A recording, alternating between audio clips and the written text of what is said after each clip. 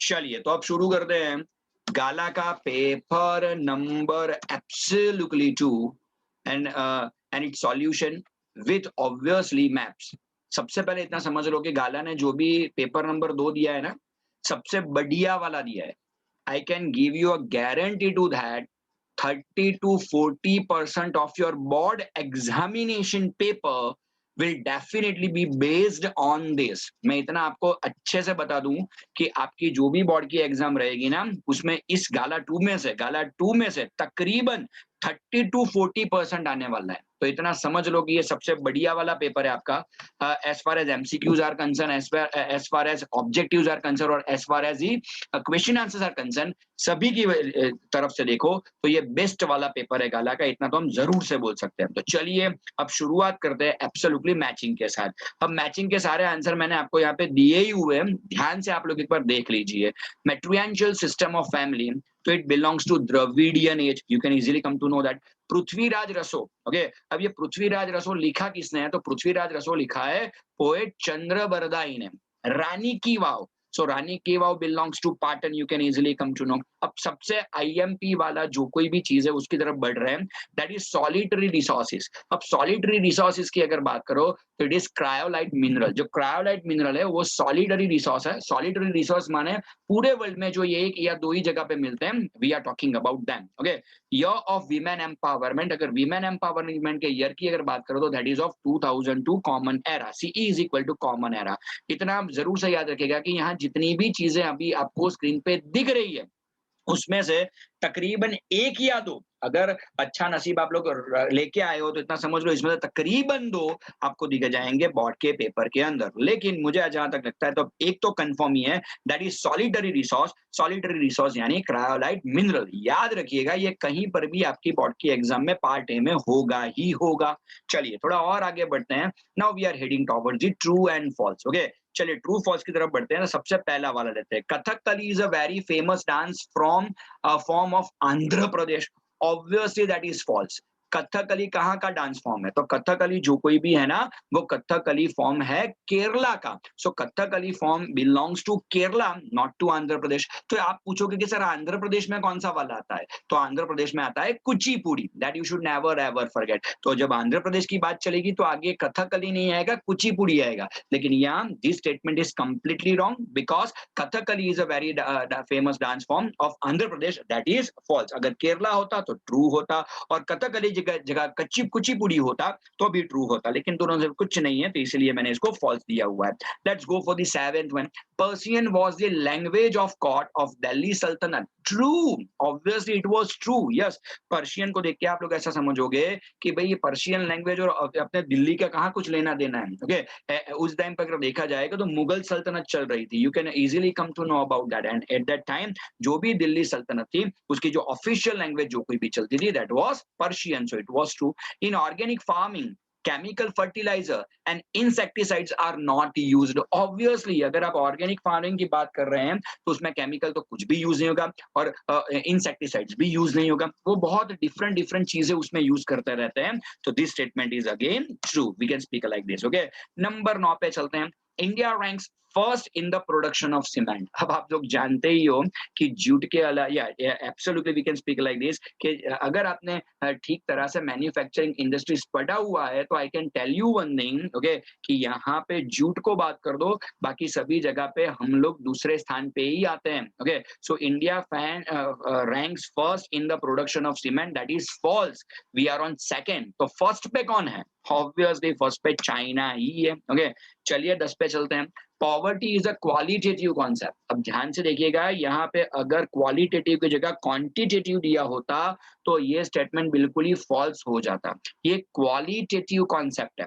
Poverty जो कोई भी है वो कैसा कॉन्सेप्ट है भाई? क्वालिटेटिव कॉन्सेप्ट है। और क्वालिटेटिव कॉन्सेप्ट है तो ये स्टेटमेंट कैसा वाला बनता है? अपना ट्रू वाला बनता है, ओके। चलिए थोड़ा और आगे बढ़ते हैं, आंसर इन शॉर्ट की तरफ आगे बढ़ते हैं, ओके। चलिए पहला वाला लेते हैं।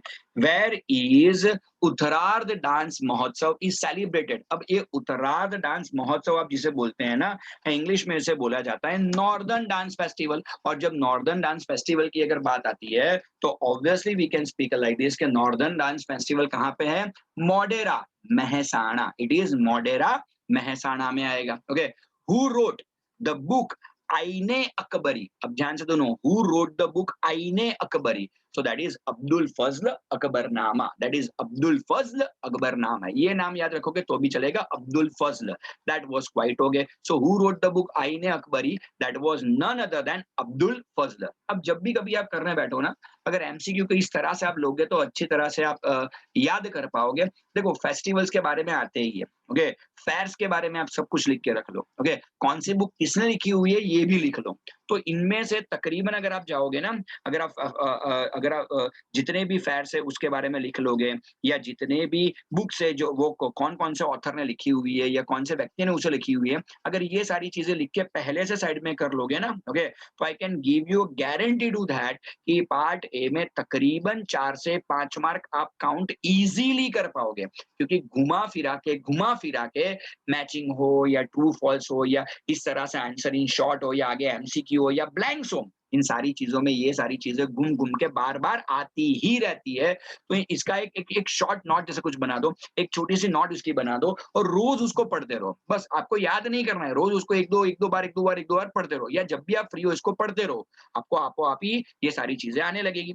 The name laterite is derived from which word, okay, so obviously it is derived from later, एक word है ग्रीक में that is called later, okay, so जो later word है, later का मीनिंग होता है brick, राइट, ब्रिक जिसे आप ईंट बोलते हो, राइट, हिंदी में भी उसे ईंट ही बोलते हैं, ओके, सो लेटर वर्ड से आया हुआ है, letter means a brick, okay, so उसी लेटर वर्ड से कौन सा वर्ड बन गया आगे जाके, लेटराइट वर्ड बन गया।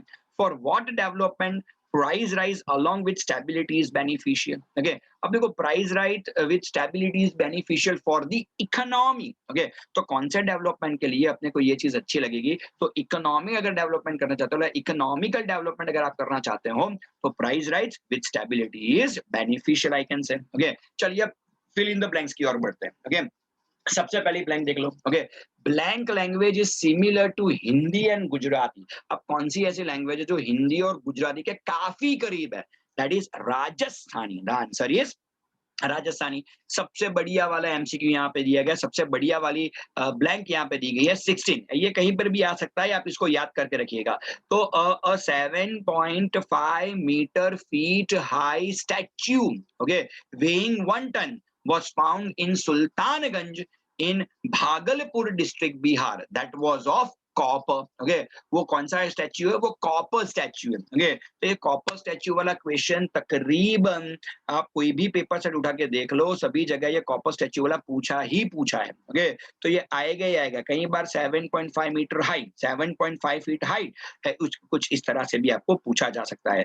द गिरनार को बोलते हैं लिली परिक्रमा मीन्स टू पैरी फेस पे पड़ना, घूमना या चक्कर लगाना, ऐसा बोल सकते हैं। द गिरनार लिली परिक्रमा, द शत्रुंजय, द ब्लैंक परिक्रमा, मैस्का सिग्निफिकेंस इन गुजरात। अगर गिरनार परिक्रमा की अगर बात करें तो उसके बाद कौन सी वाली परिक्रमा सबसे ज्यादा चलती है, that belongs to Narmada, that is Narmada. उसके बाद नर्मदा की परिक्रमा लोग बड़े बड़े बड़े बड़े बड़े बड़े शौक से करते हैं, दैट आई कैन से, काफी होली या काफी पवित्र उसे माना जाता है, तो नर्मदा, ओके, नर्मदा के लिए आप सिर्फ रेवा याद रखिए, and there is a famous film in Gujarati also, Reva, okay, उसको देख लीजिएगा जब आपके एग्जाम खत्म हो जाए उसके बाद में, तो you will definitely come to know about this. Even India is included in the category of medium human development countries, okay, अपना जो भी HDI है वो बिल्कुल मीडियम सा है, हाई भी नहीं है, हाईएस्ट भी नहीं है, it is of medium, okay.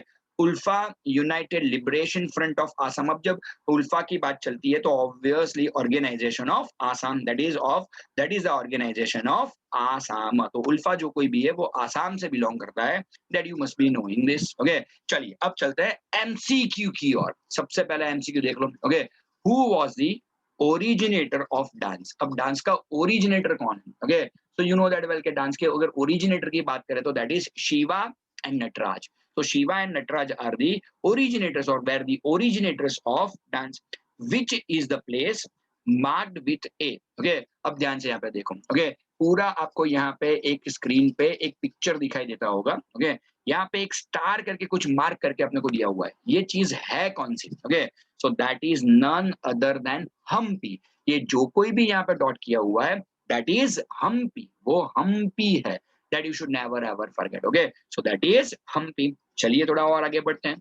The crops given in the brackets are classified as kharif, rabi crops. Select the correct option from those given below. Okay, ये रबी क्रॉप में कौन कौन से आते हैं, खरीफ में कौन कौन से आते हैं, मैं तो इतना भी बोलूंगा कि जैद क्रॉप्स भी एक बार देख लो, उनमें कौन कौन सी चीजें इंक्लूड होती है, that you must be remembering all these things, okay. अब खरीफ क्रॉप की अगर बात करें तो खरीफ क्रॉप उड़द और मूंग है, और रबी क्रॉप्स की अगर बात करें तो मसूर एंड ग्राम है, ओके। सो सिंपल इज, तो मसूर और ग्राम भी है, और उड़द और ऑब्वियसली मूंग, वो जो कोई भी है वो खरीफ क्रॉप में आ जाते हैं। Let's go for the 23rd one, okay. Which of the following cities is called cotton polish of India. अब कॉटन पॉलिश ऑफ इंडिया की अगर बात चलेगी तो कॉटन पॉलिश ऑफ इंडिया हमेशा ही मुंबई रहेगा।